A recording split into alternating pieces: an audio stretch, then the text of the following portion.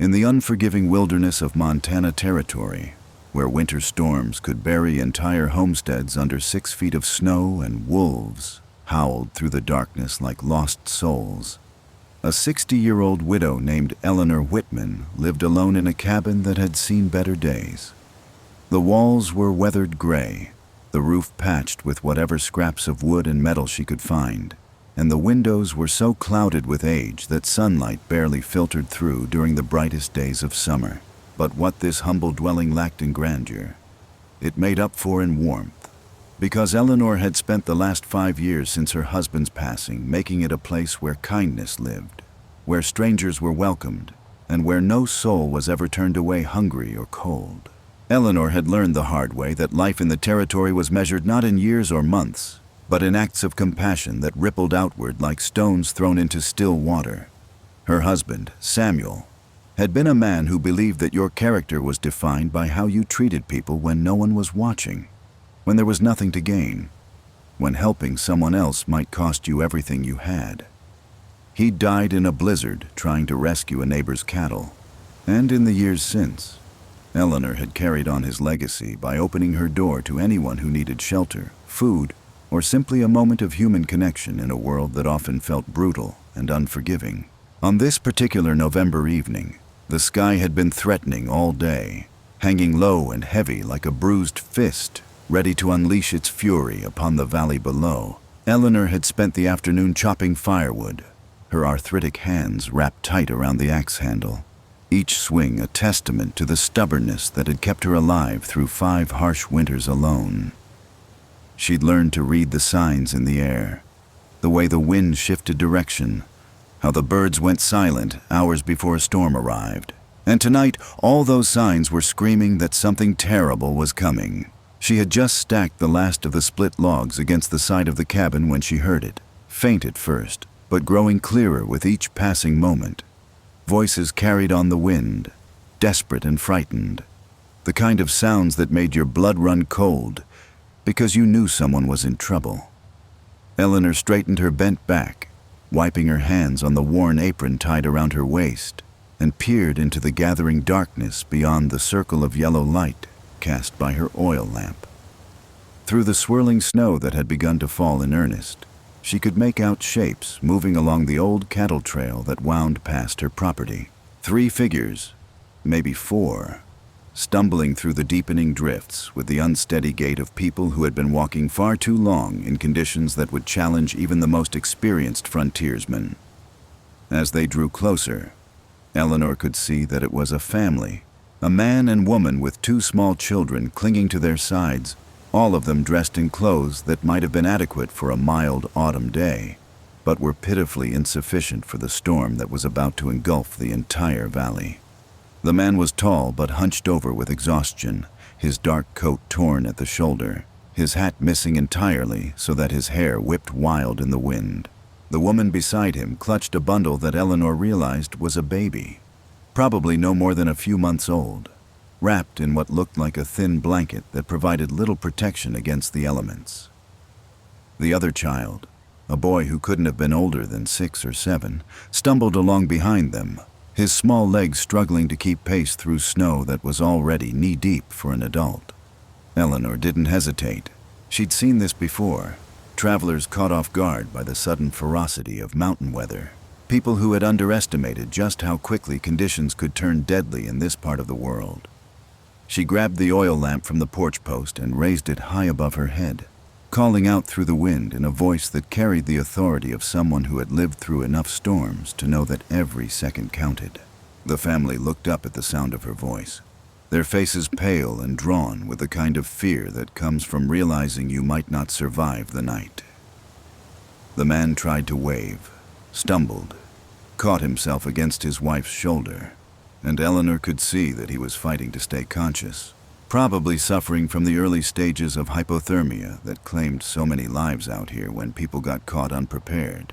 She hurried down from the porch, her boots crunching through the snow, not bothering to grab a coat because there wasn't time for such considerations. The wind hit her like a physical blow, stealing her breath and making her eyes water. But she pressed forward because these people needed help.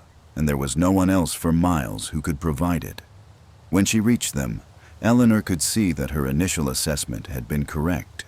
The man's lips were blue, his hands shaking uncontrollably as he tried to speak through chattering teeth. The woman was in slightly better condition, but not by much, her eyes wide with the kind of panic that comes from watching your children suffer and knowing you're powerless to stop it. The baby in her arms was eerily quiet, which was never a good sign, and the little boy had that glassy-eyed look that meant his body was already starting to shut down to preserve core temperature. Without wasting time on introductions or explanations, Eleanor took charge of the situation with the calm efficiency of someone who had faced crisis before and knew that action mattered more than words. She guided the family toward her cabin, supporting the man when he stumbled, encouraging the little boy with gentle words that cut through the howling wind, and keeping one eye on the woman and baby to make sure they didn't collapse before reaching safety. The cabin door swung open with a creak that was immediately swallowed by the storm, and Eleanor ushered them inside where the warmth from her wood stove hit them like a physical embrace. The contrast was so dramatic that the man actually gasped, his body shuddering as circulation slowly began to return to his extremities. Eleanor quickly closed the door behind them, shutting out the wind and snow, and turned to face her unexpected guests. In the flickering light from the oil lamp and the glow from the stove, she could see them more clearly now. They were younger than she'd initially thought, probably in their late 20s, with the kind of worn clothing and calloused hands that spoke of hard work and modest means. The man had the lean build of someone who worked outdoors, maybe a rancher or a farmer, and there was something in his eyes that suggested he was accustomed to taking care of others, which made his current helplessness all the more difficult to bear. The woman held herself with quiet dignity despite her obvious exhaustion, and Eleanor could tell that under normal circumstances she was probably the kind of person who insisted on contributing rather than accepting charity. The baby stirred slightly in her arms, letting out a weak cry that was the most beautiful sound Eleanor had heard all day because it meant the child was still fighting. Eleanor moved quickly but deliberately, her years of frontier living having taught her exactly what needed to be done in situations like this.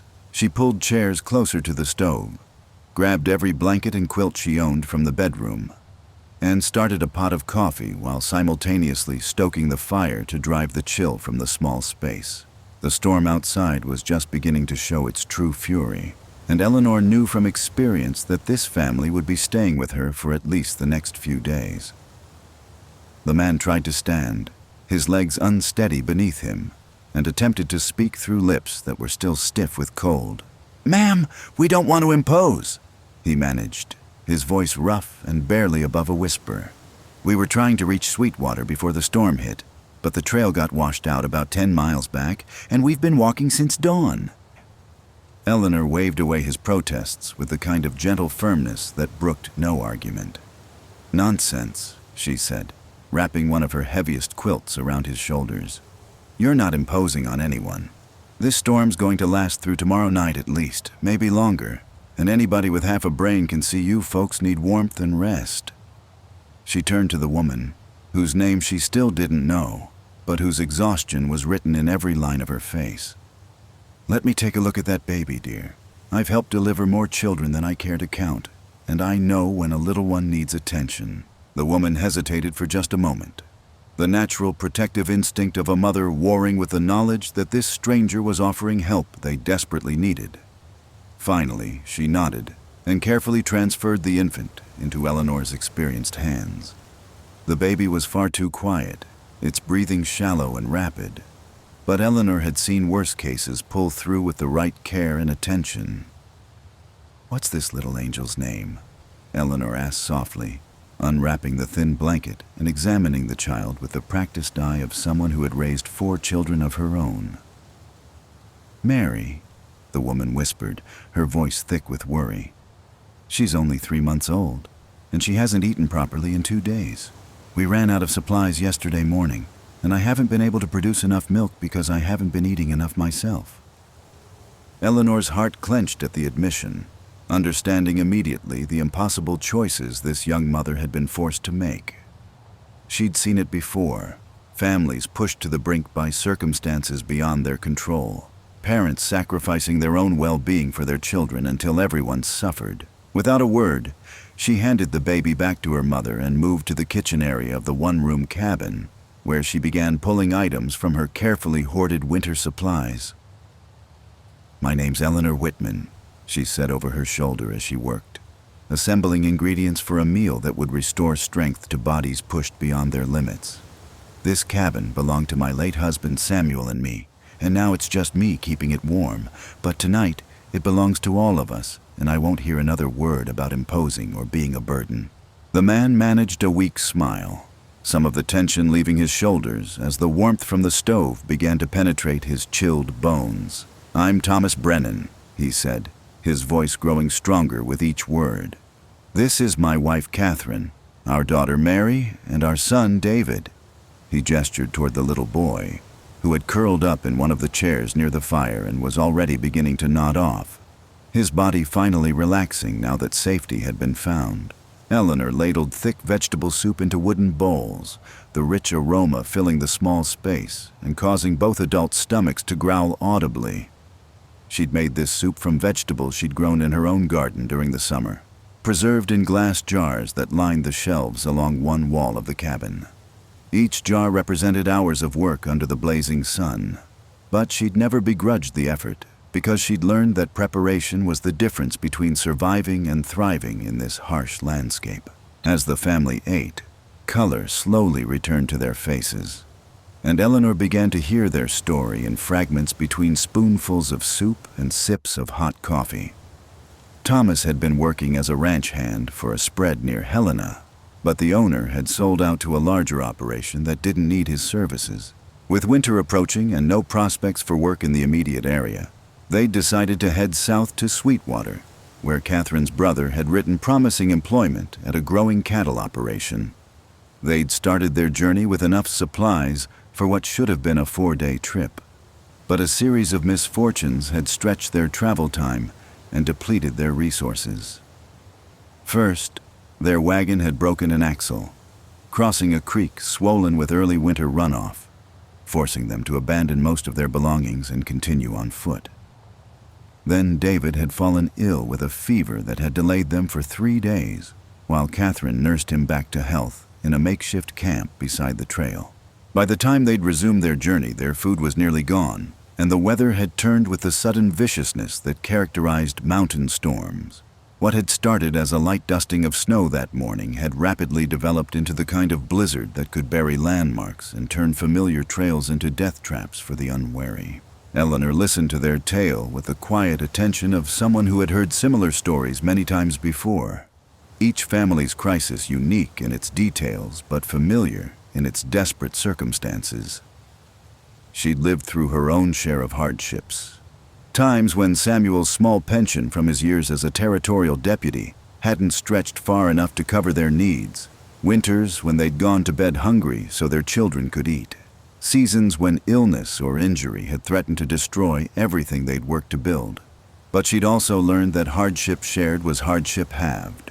That communities survived not through individual strength, but through collective compassion, and that the help you gave to strangers in their moment of need had a way of returning when your own dark hours arrived.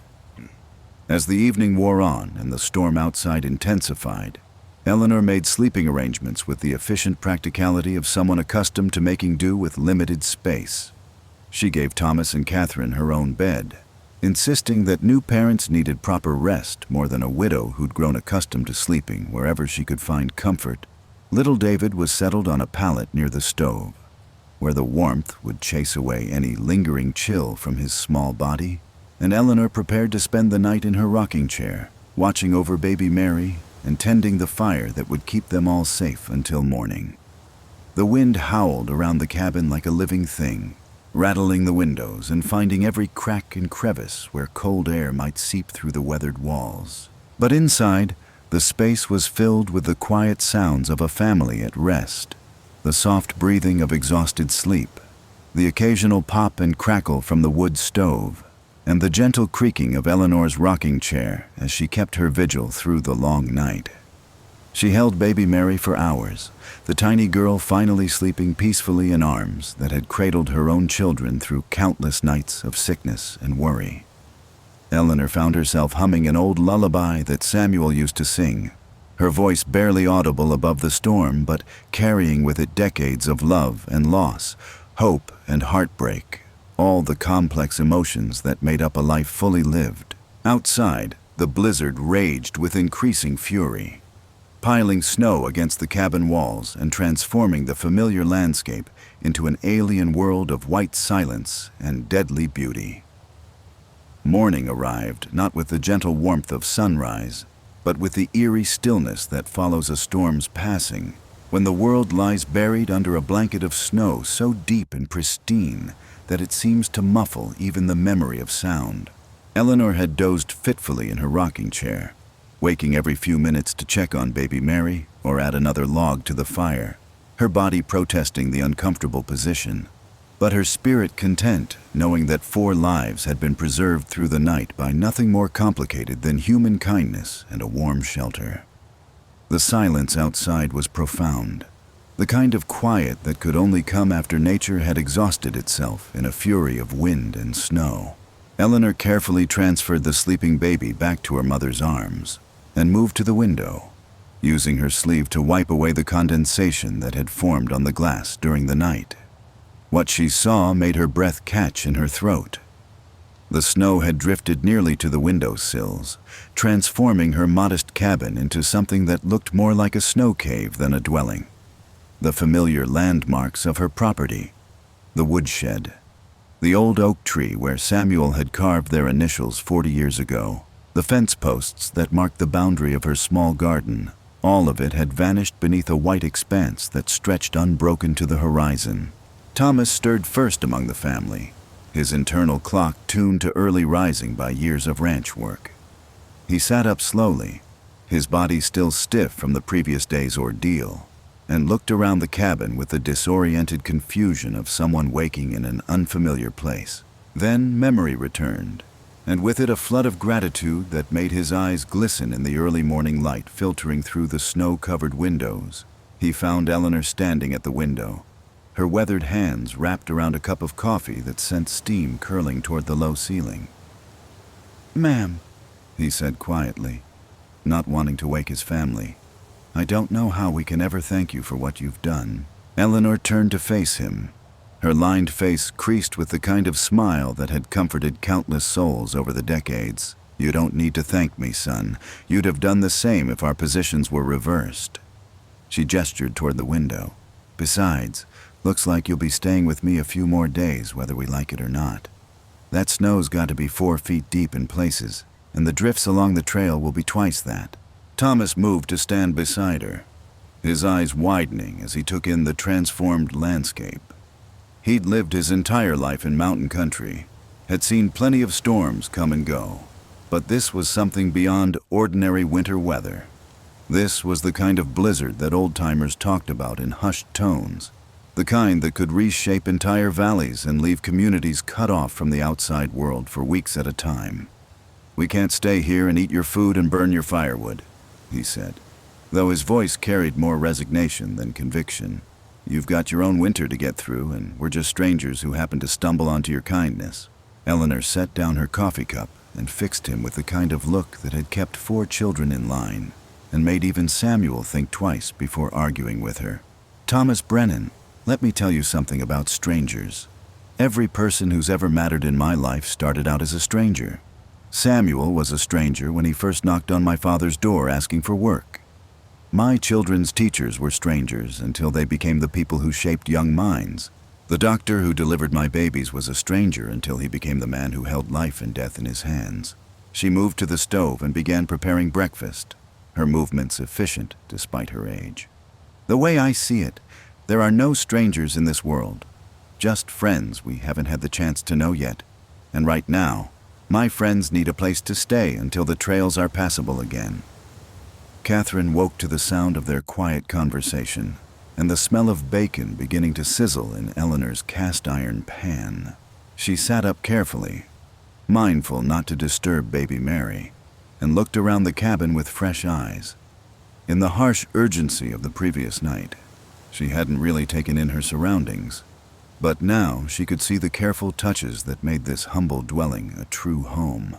Quilts hung on the walls, their patterns telling stories of long winter evenings spent stitching by lamplight. Shelves lined with books spoke of a woman who valued learning and contemplation. Photographs in simple frames showed a younger Eleanor with a tall, kind-faced man who could only be Samuel, their love evident in the way they stood close together, hands intertwined, eyes bright with shared dreams and unspoken promises. Most telling of all were the small signs of hospitality that had been woven into the very fabric of the space. Extra chairs positioned where they could be quickly moved to accommodate unexpected guests. A coat rack by the door with hooks enough for an entire family. A pantry stocked not just for one person's needs, but with the abundance of someone who knew that neighbors might arrive hungry and cold at any hour of the day or night. "Mrs. Whitman," Catherine said softly, "you've made such a beautiful home here. I can see why you love it." Eleanor looked up from the stove, her face brightening with pleasure. "Thank you, dear. Samuel and I put 40 years of our lives into this place. Every board we nailed down, every room we added when the children came, every improvement we made was done with our own hands and hearts. It's not much to look at from the outside, but it's been filled with more love and laughter than some folks see in a lifetime." Little David woke with the resilience of childhood, his fever completely broken and his energy already beginning to return. He sat up on his pallet and looked around with wide eyes, taking in the cozy cabin that had seemed like a dream the night before. "Mama," he whispered, "are we really safe now?"